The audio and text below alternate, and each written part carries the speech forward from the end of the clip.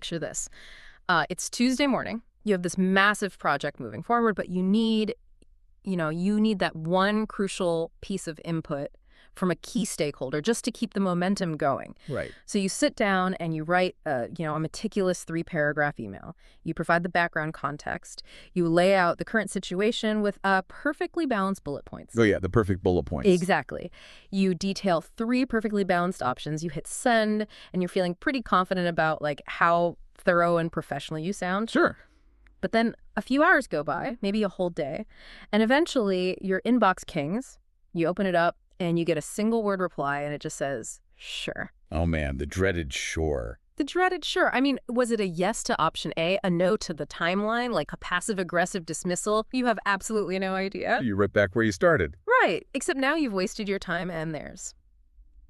So welcome to today's deep dive, because our mission today is to, save you from exactly this scenario. Yeah, it's a mission we all need, honestly. Totally. We're looking at how to stop writing these detailed, carefully crafted emails that just get read for 5 seconds and then completely ignored or entirely misunderstood. It is a painful and, frankly, incredibly common reality. Mm-hmm. Particularly if you are navigating high-stakes communication within, say, a global team. Right. Across time zones. Exactly. You are constantly competing for attention across busy time zones. So your email is landing in an inbox right next to, urgent messages from London, New York, Singapore. Yeah, it's a crowded space. It really is. In that environment, every single word needs to pull its weight. And to figure out how to do that, our sources today are drawn from a really fascinating script known as Sharp English Episode 2. Yeah, it's a great resource. It really is. It's entirely focused on this specific problem, like decoding how professionals actually process their emails. Or I guess rather how they avoid processing them. Mostly avoiding, yeah. Right. And how we can engineer our communication to cut through that noise. But before we get to the tactics, I think we need to diagnose the root cause of this ignored email phenomenon. I agree. We need to look at the vastly different cognitive states of the person writing the email versus, the person receiving it. Because why is it that our most detailed, comprehensive emails seem to fail the hardest? I always thought I was being helpful. Right, because when you're writing that update, you're likely sitting at your desk, fully immersed in the context of your project. Right, I'm deep in the weeds. Exactly. To you, the dependency timeline is literally the most urgent thing in the world. And because you're anxious about securing a decision, your brain equates volume of information with communicating importance. Oh, wow. That feels incredibly familiar. There's this assumption that laying out a massive timeline of dependencies, proves you're doing your job. Right, it feels thorough. Yeah, it feels thorough, which we equate with being professional. But we have to flip the perspective here. The stakeholder receiving that email, they aren't sitting in deep focus mode. They're context switching. Oh, they're probably on their phone. Exactly. They are likely reading your message on their phone while walking to another meeting, or, they have 3 minutes between calls. To a busy executive, more information does not equal greater urgency. What does it equal then? It equals a massive wall of cognitive effort. It basically equals more work. And the natural human response to an unexpected block of complex work is to just defer it. Oh, I mean, we've all done that. You look at a long email, you sigh, and you tell yourself, I'll read this properly when I'm back at my desk. Yep. But in the corporate world, deferring an email usually means it is dead on arrival. It really is. It just gets buried. Precisely. And there is some really compelling data that illustrates just how dramatic this effect is. Oh, from the Boomerang study, right? Yes. A study by the email productivity company Boomerang looked at reply rates based on the reading complexity of the text. And they found that emails written at a third-grade reading level. Wait, third grade? Yeah, third grade. Yeah. Meaning short sentences, very plain, everyday words. Those emails received a 36% higher reply rate than emails written at a college reading level. 36%. I mean, if you're a professional listening to this, that might sound like a huge career risk. It sounds counterintuitive, sure. Right, because we're taught to use elevated vocabulary to demonstrate competence. We want to sound like we belong in the room. Are we really supposed to write to a chief operating officer like they're an 8-year-old? Well, it's crucial here to separate intellectual capacity from processing bandwidth. Okay, unpack that a bit. Sure. A chief operating officer obviously has massive intellectual capacity. But on a Tuesday afternoon, their processing bandwidth for random email is almost zero. Ah, decision fatigue. Yeah. Exactly. Severe decision fatigue. Writing at a third grade reading level doesn't mean communicating simplistic ideas. It means removing the friction of decoding the language itself. So just making it easy to digest. Yes. It means relying on straightforward subject-verb-object structures and just eliminating all those nested clauses. Right. When you do that, the executive's brain doesn't have to spend its limited glucose deciphering your grammar. It can spend that energy evaluating your actual request. In the corporate world, sophistication and clarity are often completely different things. That makes a lot of sense. It's like if you hand someone a heavy textbook on the history of clockmaking when they just asked you for the time, they aren't going to marvel at your research. They're just going to walk away. That is a perfect analogy. So if simplicity and reducing cognitive load is the goal, that simplification has to start before they even read the first sentence, right? Like it starts in the inbox preview pane. Absolutely. The battle is frequently won or lost before the email is even opened. We have to move from the theory of simple language to the very first mechanism the reader interacts with. The subject line. The subject line. Which, I mean, most of us just treat as a descriptive label for a file folder. We write things like reporting tool update or Project Phoenix Q3 review. Which perfectly explains why those emails are being ignored. Ouch. Fair, but true. Think about it. When you write reporting tool update, the recipient's brain instantly categorizes it. They think this is a status update, it's passive information, it's not urgent, I will get to this later. Right, it goes to the bottom of the pile. Exactly. A subject line in a high-stakes environment is not a label. It is an instruction. You need to prime their brain for a task before they even click. So how do we do that? The Sharp English script provides a very specific formula for this. It goes, action required by date topic. So like action required by Thursday reporting tool sign off. Yes. Before the email is even open, the reader knows that you need something, they know what it's about, and they know exactly when the timer runs out. Wow. You've completely shifted the cognitive frame from passive reading to active task management. Okay, but if you're listening to this right now, you might be feeling a bit of friction, like thinking, if I put action required in a subject line to my department head, I'm going to get hauled into HR. Oh, people get very nervous about that. It feels incredibly presumptuous, almost like you are barking orders at someone above you in the hierarchy. That is a very real fear, stepping out of your hierarchical lane. Yeah. But it stems from a misunderstanding of what executives actually value. We assume they value deference, right? Right. We assume deference is above all else. But in a high-velocity environment, the ultimate currency is time. Time. Yeah. When you use a subject line like action required by Thursday, you aren't giving an order. You are providing a cognitive sorting mechanism. You are doing them a massive favor by telling them exactly how to triage this message. Clarity is the highest form of professional respect. Clarity is the highest form of respect. I love that. But it's really about changing our definition of politeness, isn't it? Very much so. Because we're socially conditioned to warm the reader up. Hope you had a great weekend, followed by a paragraph of context, before finally burying the actual request at the very bottom. Yes, the classic burial. It's like putting a stop sign at the very end of a long, winding driveway instead of right at the entrance. By the time they see it, they've already driven past the point where they needed to make the decision. That is an excellent way to visualize it, and this is exactly where we need to adopt the inverted pyramid structure. Right, from journalism. Exactly, a format borrowed from journalism. You lead with the conclusion, and you let the supporting details follow. Your opening line shouldn't be 3 paragraphs of background. It should be, I'm writing to request your sign-off on one item before Friday. Let's look closely at that phrasing. One item. Why not just be conversational and say, I need a few things from you? Because every single word carries psychological weight. Highlighting one item signals to the reader's brain that this task is finite.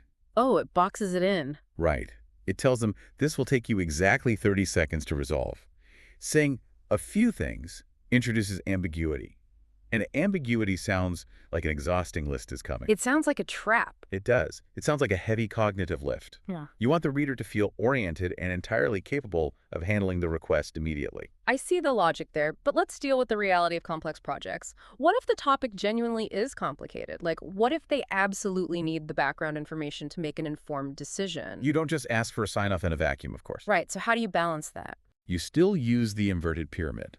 You don't hide the context. You just change its placement.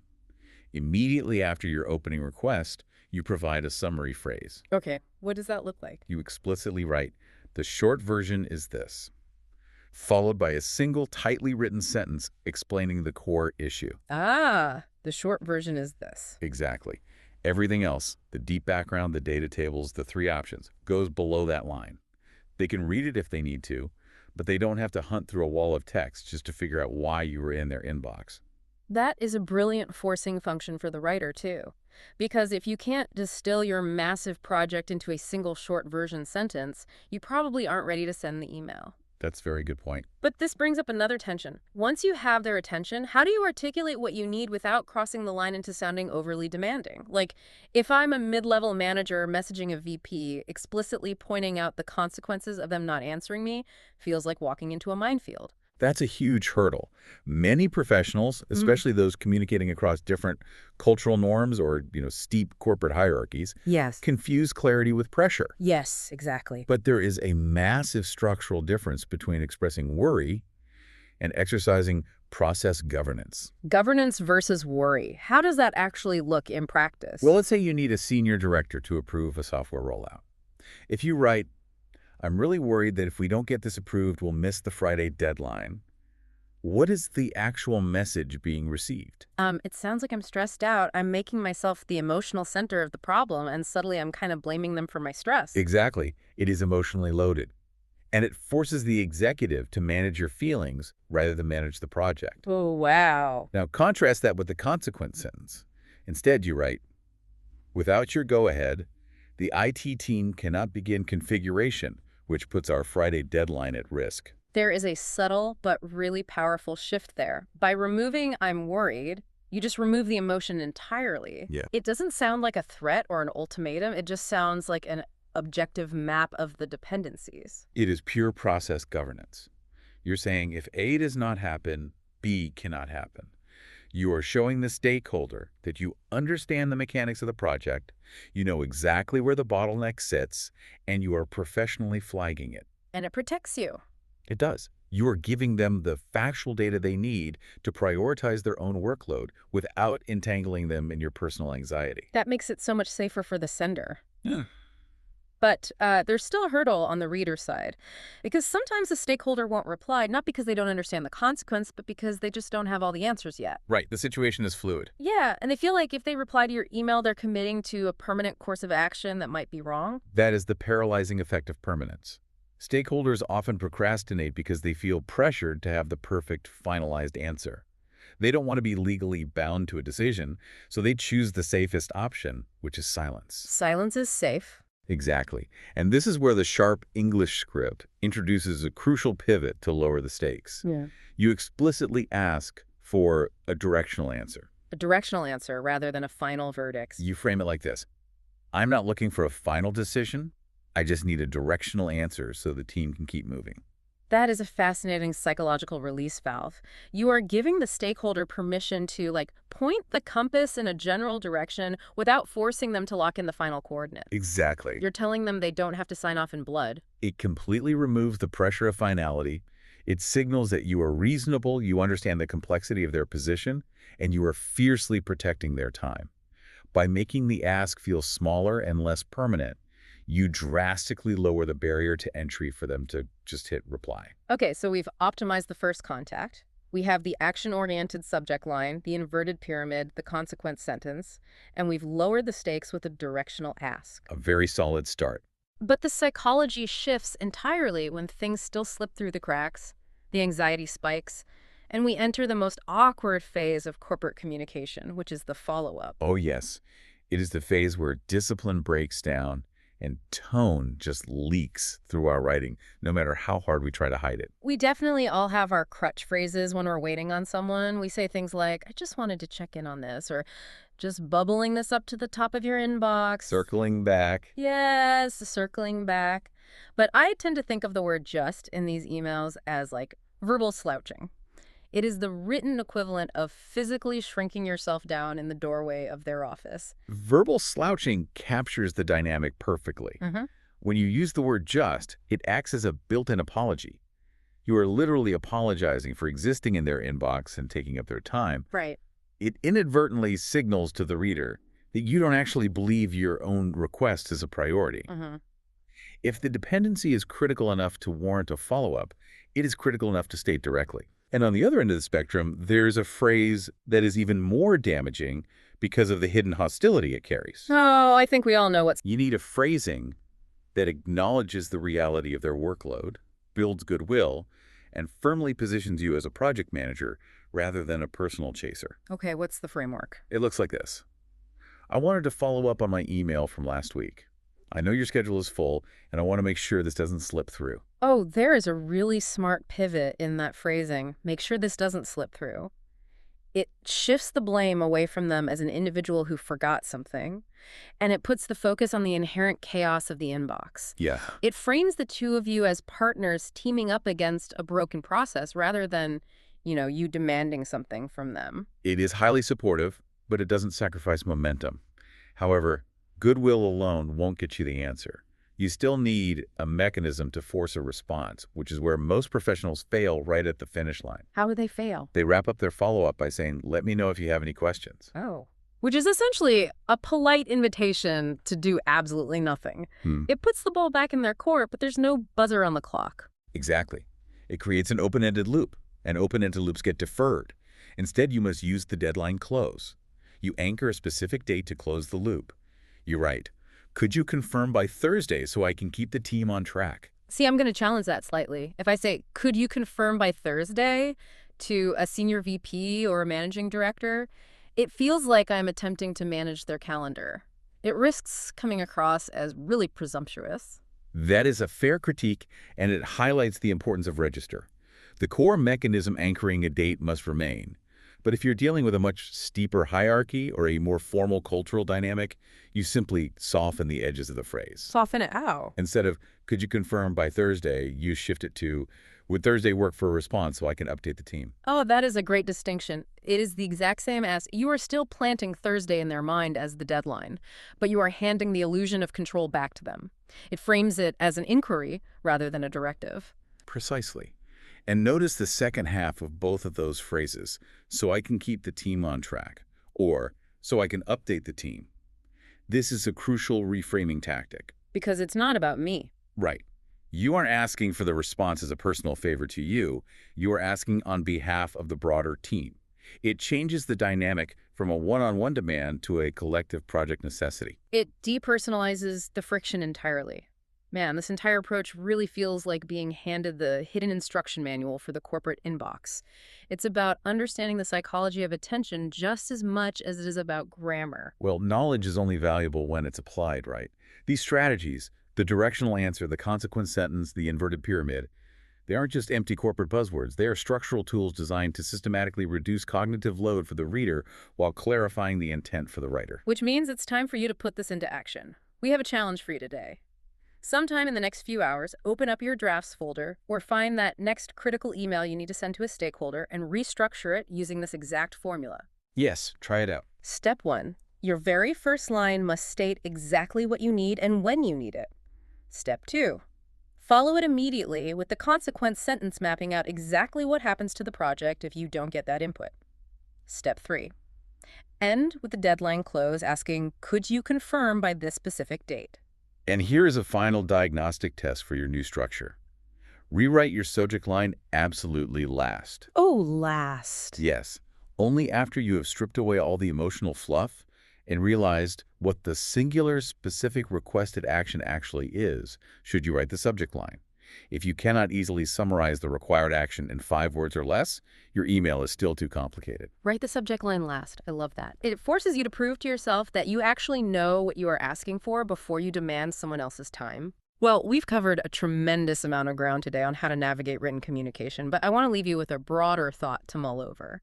We've just spent this entire deep dive exploring how stripping away elevated language, dropping the emotional preambles, and using simple, direct structures drastically improves how people respond to us. It really does. It makes you wonder, though, what does that say about our actual meetings? Oh, that's a good question. Right. Are we overcomplicating our verbal communication, our slide decks, our daily stand-ups simply because we're terrified of not sounding professional enough? If simplicity and clarity win the battle for attention in the inbox, maybe it's time we stop handing out heavy textbooks in the boardroom, too. The next time you find yourself typing out a massive timeline just hoping for a response better than sure, remember, clarity isn't just about the words you choose to say, it is entirely about what you choose not to say. Until next time, keep diving deep.